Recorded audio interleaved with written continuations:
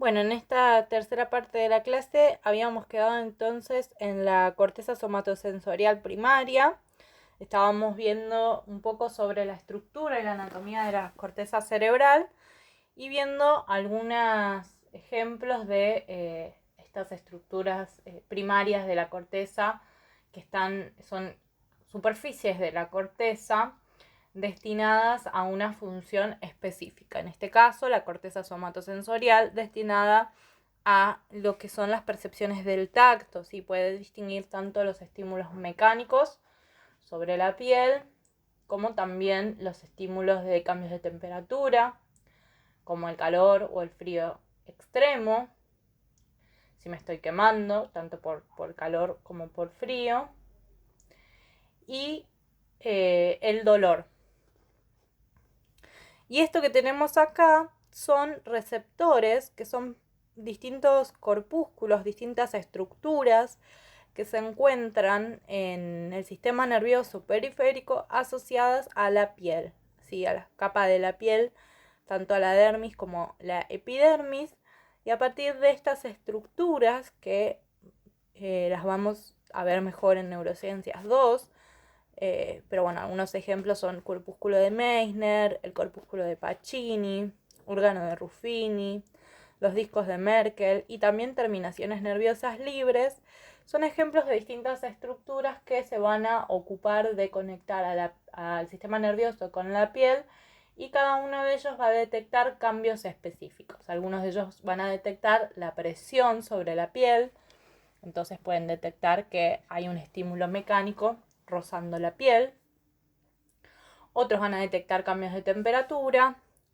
Y por ejemplo, las terminaciones nerviosas libres suelen estar asociadas a el dolor, ¿sí? Van a activarse cuando un estímulo genere dolor. Acá tenemos dónde está ubicada entonces la corteza somatosensorial primaria en el cerebro. Y esto es una representación de los dermatomas, que los dermatomas son los espacios de la piel que representan o están asociados a una vértebra específica, ¿sí? En la médula espinal, a partir de la cual se va a enviar la información al sistema, al encéfalo, ¿sí? Hay una primera respuesta entonces en casos de arco reflejo que es directamente desde la médula espinal, y luego hay una respuesta más compleja en donde se integra la información en la corteza somatosensorial primaria, una vez que, por ejemplo, si el estímulo era un estímulo perjudicial, como puede ser el fuego, ya retiré la mano, ¿sí? Hay unos milisegundos antes en los que ya retiré la mano porque la respuesta ya viajó a la médula, y luego se integra en la corteza somatosensorial primaria. Pero bueno, los dermatomas son la representación. Pueden ver a lo largo de la médula que están las distintas raíces de la médula, las raíces dorsales, que son las que están asociadas a las aferencias sensoriales, y los colores se corresponden con el espacio de piel que se encuentra representado. Entonces, como pueden ver, la parte más lumbar representa la parte lumbar y del sacro representan las extremidades inferiores. La parte cervical está más asociada a la parte superior del pecho y el cuello. Y la parte torácica sería la parte que representa toda la superficie de la piel del medio, ¿sí? Respetan ese patrón. En cuanto a lo que es la cara y la cabeza, estarían asociados por los nervios raquídeos, que habíamos visto también en el sistema nervioso periférico. Y esto es un ejemplo de algo que puede ocurrir cuando una persona tiene que hacerle una cirugía y pierde alguna de sus extremidades, que muchas veces puede seguir percibiendo como si tuviera el brazo que ya no tiene o el pie que ya no tiene, y eso se denomina miembro fantasma. Y una de las hipótesis es que en el muñón que queda al realizar el corte quedan algunas de las terminaciones nerviosas que habíamos visto en esta imagen, algunos de estos receptores dérmicos del sistema somatosensorial y quedan en los que, por ejemplo, estaban en los dedos de la mano, que ya no están, quedan en el muñón. Entonces se siguen activando áreas que estaban asociadas a esos receptores en la corteza somatosensorial, y por eso las personas pueden tener la sensación de que les están tocando los dedos de la mano cuando quizás ya no tienen los dedos de esa mano.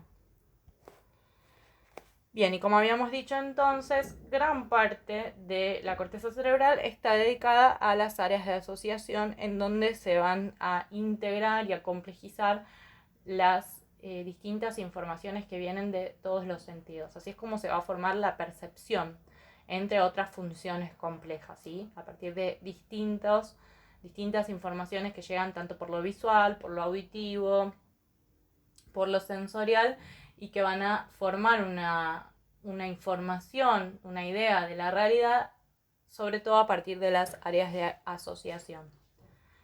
También respecto a las emociones, en el área límbica y en el área prefrontal también se van a integrar informaciones tanto de la corteza prefrontal como de áreas del mesencéfalo, que van a estar involucradas en la toma de decisiones, tanto la parte más racional, la información más racional, como la información más emocional.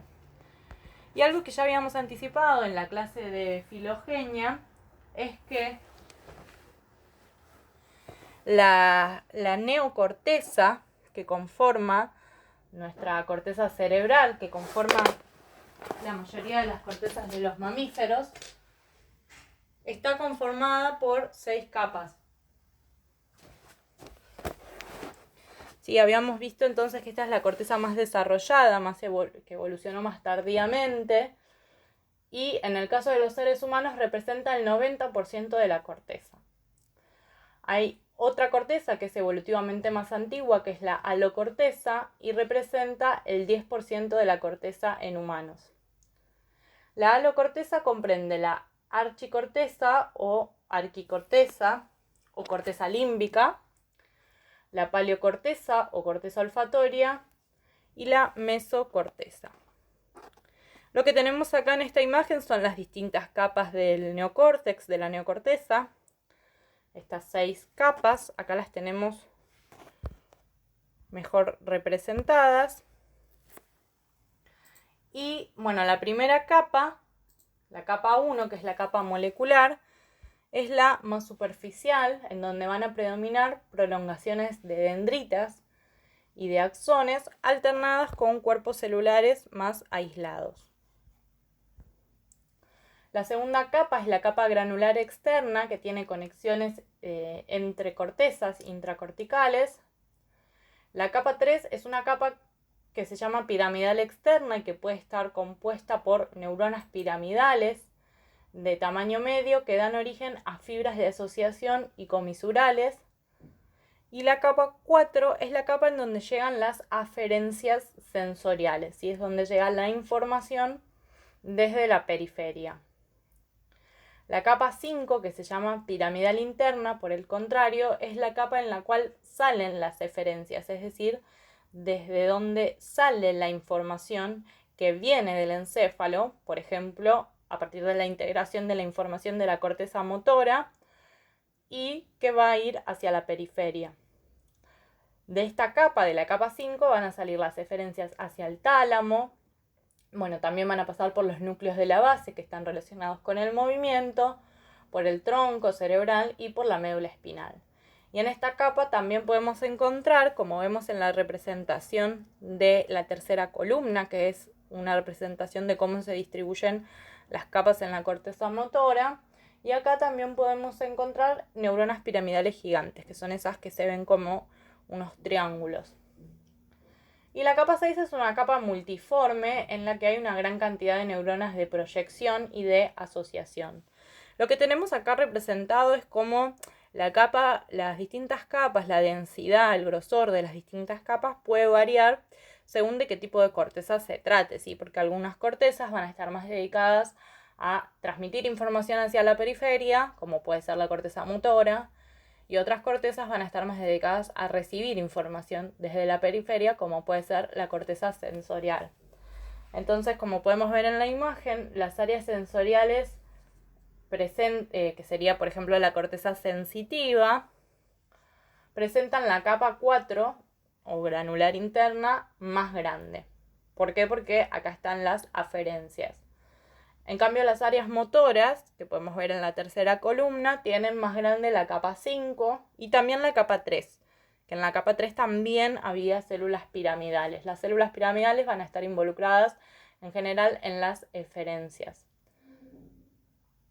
Es una capa, tienen más grandes las capas de eferencias corticales. Y después tenemos en el medio una representación de una corteza de asociación, que lo que tendría deberían ser las capas de dimensiones similares, lo cual sugiere que presentarían una proporción similar tanto de aferencias como de eferencias. Bueno, y después, dentro de los hemisferios cerebrales, habíamos dicho que había mucha sustancia blanca, ¿sí? Que se ubicaba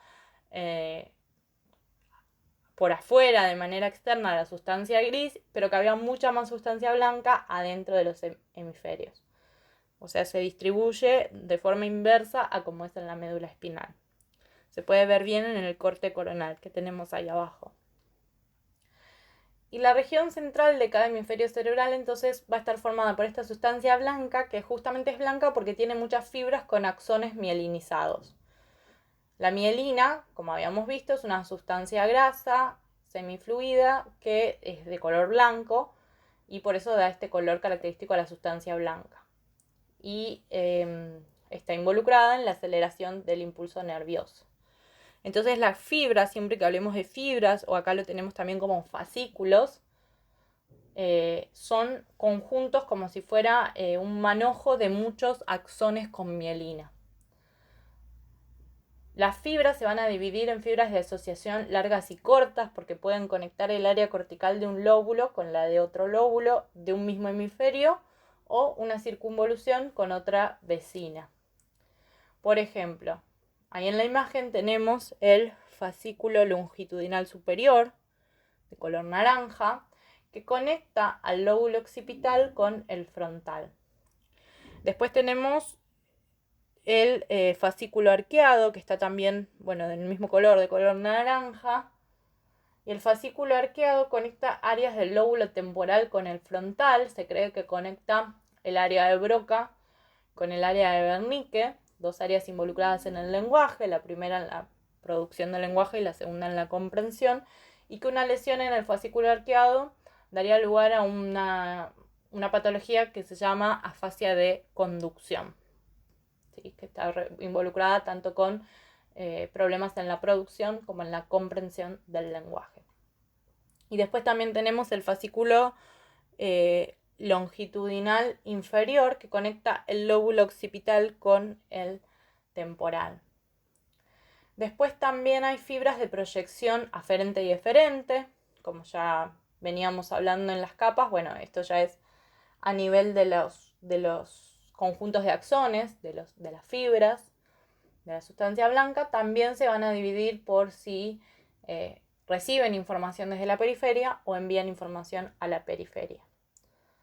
Dentro de estas fibras están entonces las proyecciones eferentes que van a ir desde la corteza motora a los núcleos de los nervios craneales a nivel del tronco encefálico y a la médula espinal. Y después están las fibras ascendentes que tienen información sensitiva que llega a la corteza cerebral.